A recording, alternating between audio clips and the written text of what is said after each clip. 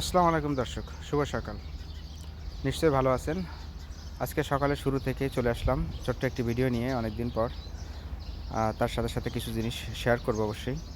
মনোযোগ সহকারে ভিডিওটি না টেনে পুরো ভিডিওটি দেখবেন। গাড়লগুলোকে সকালে সকালে আজকে খেতে দিছি, তার কারণ হচ্ছে যে গাড়লগুলো আজকে এদেরকে কৃমির ডোজ করানো হয়েছে খালি পেটে। খালি পেটে কৃমির ডোজ করানোর পরেই কিন্তু মূলত এদেরকে কিছু খাবার দেওয়া হয়েছে সামনে। খাবার খাওয়ানোর পরে আর কি মূলত এদেরকে কিছু গোসল করিয়ে দেবো।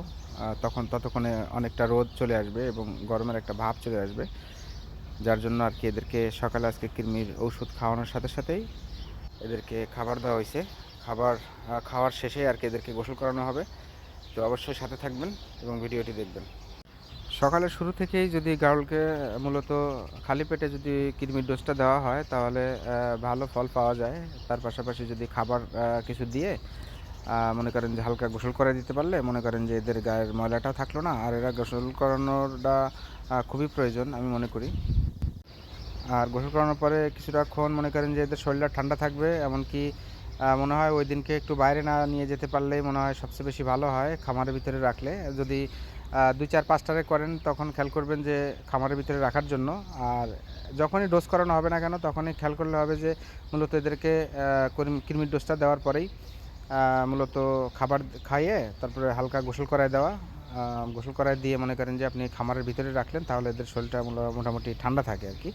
আর আমি যে আজকে গাড়লগুলোকে কৃমির ডোজ দিলাম এগুলো সব প্রেগনেন্ট এবং প্রেগনেন্ট ছাড়া এবং বাচ্চা মাওয়ালা সবগুলোকে দেওয়া যায়। মনে করেন যে যেই সাইজের গাড়লগুলো দেখতেছেন এই গাড়লগুলোকে মূলত 3 ভাগের 1 ভাগ কিন্তু দেওয়া হয়েছে। তো খেয়াল করবেন যে 30 কেজির ঊর্ধ্বে যদি হয়, উপরে যদি হয় তাহলে আপনি অর্ধেক দিতে পারেন। তো বিনা রিস্কে, কোনো রিস্ক ছাড়া কিন্তু আপনি 3 ভাগের 1 ভাগ দিলে মূলত আপনার গাড়লগুলো সুস্থ থাকবে ইনশাল্লাহ, কোনো সমস্যা হবে না। আর যদি 30 কেজির নিচে থাকে 4 ভাগের 1 ভাগ কিংবা 5 ভাগের 1 ভাগ। তো যাই হোক, নিশান গাড়লগুলোকে গোসল করাই দিচ্ছে আর কি। এদের গায়ে পাতলা পায়খানা করে, পাতলা পায়খানা করার পরে কিন্তু এদের গায়ে অনেকটা ময়লা হয়। তো যার কারণে মূলত গোসলটা করাই দিতে পারলে ভালো। আর রোদ আছে, এখন শুকায় যাবে, কোনো সমস্যা নেই। তো যেসব ভাইয়েরা খামার করতে চাচ্ছেন অবশ্যই খেয়াল করবেন, এটাতে বেশি কিছু রিস্ক এবং অনেক ধরনের জটিলতা নেই।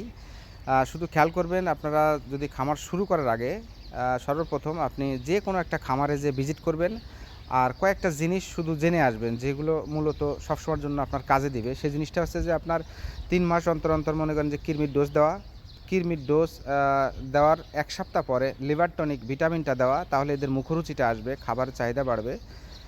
আর এটার পরে আর কোনো দরকার নেই। এরপরে আছে 6 মাস পর পর যে পিপিআর ইঞ্জেকশনটা দিবেন। তো খেয়াল করবেন 3 মাসের উপরের যে বাচ্চাগুলো আছে ওই বাচ্চাগুলো থেকে শুরু করে যত বড় গাড়ল থাক না কেন সব গাড়লেরই সেম 1 সিসি করে আপনি পিপিআরের ভ্যাকসিনটা দিবেন। এটা সকালে 7টা থেকে 8টার ভিতরে দিতে পারলে সবচেয়ে বেশি ভালো।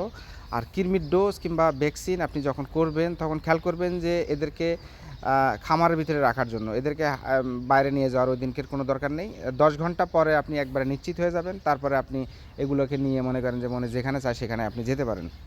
তো মূলত গাড়লগুলোকে গোসল করানোর পরেই আর কি শুকানোর পরের ভিডিওটা এই যে দেখতেছেন। এটা হচ্ছে যে এখানে আমার ভাই আছে, এখানে আছে ডাক্তার, যে ডাক্তার মনে করেন যে আমার খুব ক্লোজ এবং ফ্রেন্ড, বড় ভাইয়ের মতো।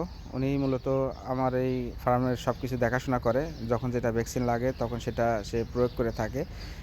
এবং কৃমির ডোজ দেওয়ার পরে এটা হচ্ছে বিকালের ভিডিও। আমি সকালের ভিডিওর সাথে কিছুটা বিকালের ভিডিও যোগ করে আপনাদের সাথে দিলাম। এটা নিম পাতা ভেঙে দিছে আর কি খাওয়ানোর জন্য। তবে আসলে গাড়ল এমন একটা জিনিস যে আসলে এদেরকে যদি কেউ খেতে দেয় তো এরা কিন্তু খুব খুব সুন্দরভাবে কিন্তু খায়। তো তার ইচ্ছা হবে যে আরও খাবার দেওয়ার জন্য, এবং শখ করে হলেও আপনার মন চাবে যে এদের পাশে থাকার জন্য এবং খেতে দেওয়ার জন্য, কারণ এদেরকে যা দিবেন তাই খাবে। নিম পাতাটা ভেঙে দেওয়া হয়েছে আর কি। তো দেখেন সবগুলো একসাথে এক জায়গায় জড়ো হয়ে মনে করেন যে খাওয়ার চেষ্টা করতেছে। তো এই আছে মূলত ডাক্তার, বড় ভাইয়ের মতো দেখাশোনা করতেছে আমার ফার্মটা। তো সবাই দোয়া করবেন অবশ্যই আমার জন্য, আমিও দোয়া করি আপনাদের জন্য। যদি কোনো ভাই যদি উদ্যোগ নিয়ে থাকেন এবং করার ইচ্ছুক থাকেন অবশ্যই করতে পারেন, কোনো সমস্যা নেই ইনশাল্লাহ। শুধু কৃমির ডোজ আর লিভার টনিকের পরে মনে করেন যে আপনার 6 মাস অন্তর অন্তর পিপিআরের ভ্যাকসিন, এই 2-3টা জিনিস হলে এনাফ। আর ছোটোখাটো যে সমস্যাগুলো হবে সর্দি কাশি ঠান্ডা, এগুলো জটিলতা আপনার টেনশনের কোনো প্রয়োজন হবে না। কারণ এই যে সর্দি কাশি মনে করেন যে ঠান্ডা গলা ফোলা, এগুলো সব কিছুর মূল কারণ হচ্ছে কৃমিতে যখনই আক্রান্ত করবে তখন কিন্তু এই প্রবলেমগুলো আপনার দেখা দিবে। এগুলো যদি আপনি করে রাখেন তাহলে এইগুলা মনে করেন যে আপনার আসবে না, এবং আসলেও ততটা বেশি সমস্যা হবে না আশা করি। এটা হচ্ছে আমার বড় ভাই। ভাইও দেখাশোনা করতেছে আর কি। আর ডাক্তার আছে সবসময়ের জন্য, দিনে 2-3 বার করে আসে দেখে। আসলে যে এগুলার যে সবসময়ের জন্য ট্রিটমেন্ট দিতে হবে এমন কোনো কিছু না। সে ডাক্তার আমাদের বড় ভাইয়ের মতো, সে দিনে 2-3 বার, কোনো দিন 4বারও দেখে। যদি ফার্মে এসে যে গাড়লগুলোকে পায় তাহলে তো দেখলো, না তো মাঠে চলে যায়, মাঠে যেয়ে মনে করেন যে একটু ঘুরে আসে, দেখে যে কোনো প্রবলেম আছে কিনা, কোনোটার কোনো সমস্যা আছে কিনা, এটার জন্য আর কি। আর অবশ্যই দোয়া করবেন আমার জন্য, আমিও দোয়া করি আপনাদের জন্য ইনশাল্লাহ, যাতে আপনারা যাতে আমার মতো এরকম খামার করতে পারেন। আসসালামু আলাইকুম।